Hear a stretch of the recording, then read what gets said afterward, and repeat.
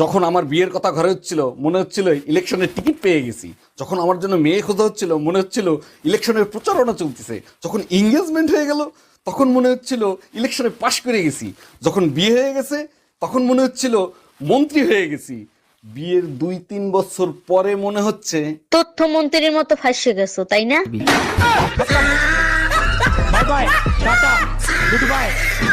আচ্ছা, আমার গায়ের রং যদি কালো হতো তাহলে কি তুমি আমাকে বিয়ে করতা? জীবনেও করতাম না। আমি কালা তুমি কালা, ছাউপনা গুলোও তো কালা হইতো, তাই না? আর যদি আমার বাবা যৌতুকে প্রাইভেট কার দিত তাহলে? তাও করতাম না। তোমার বাপের প্রাইভেটের চক্করে আমার জামাইরে হেলিকপ্টার দেয়া লাগতো।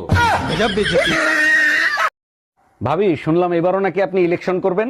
দেখেন না রাস্তাঘাট ভাঙ্গা চুরে একাকার হয়ে গেছে, তাই ইলেকশন করতে হবে। আগের বার তো বাড়ি গাড়ি ব্যাংক ব্যালেন্স সব করছেন, এবার কি রাস্তা ঠিক করবেন? আরে না, এইবার হেলিকপ্টার কিনবো, ভাঙ্গা রাস্তায় একদম চলা যায় না।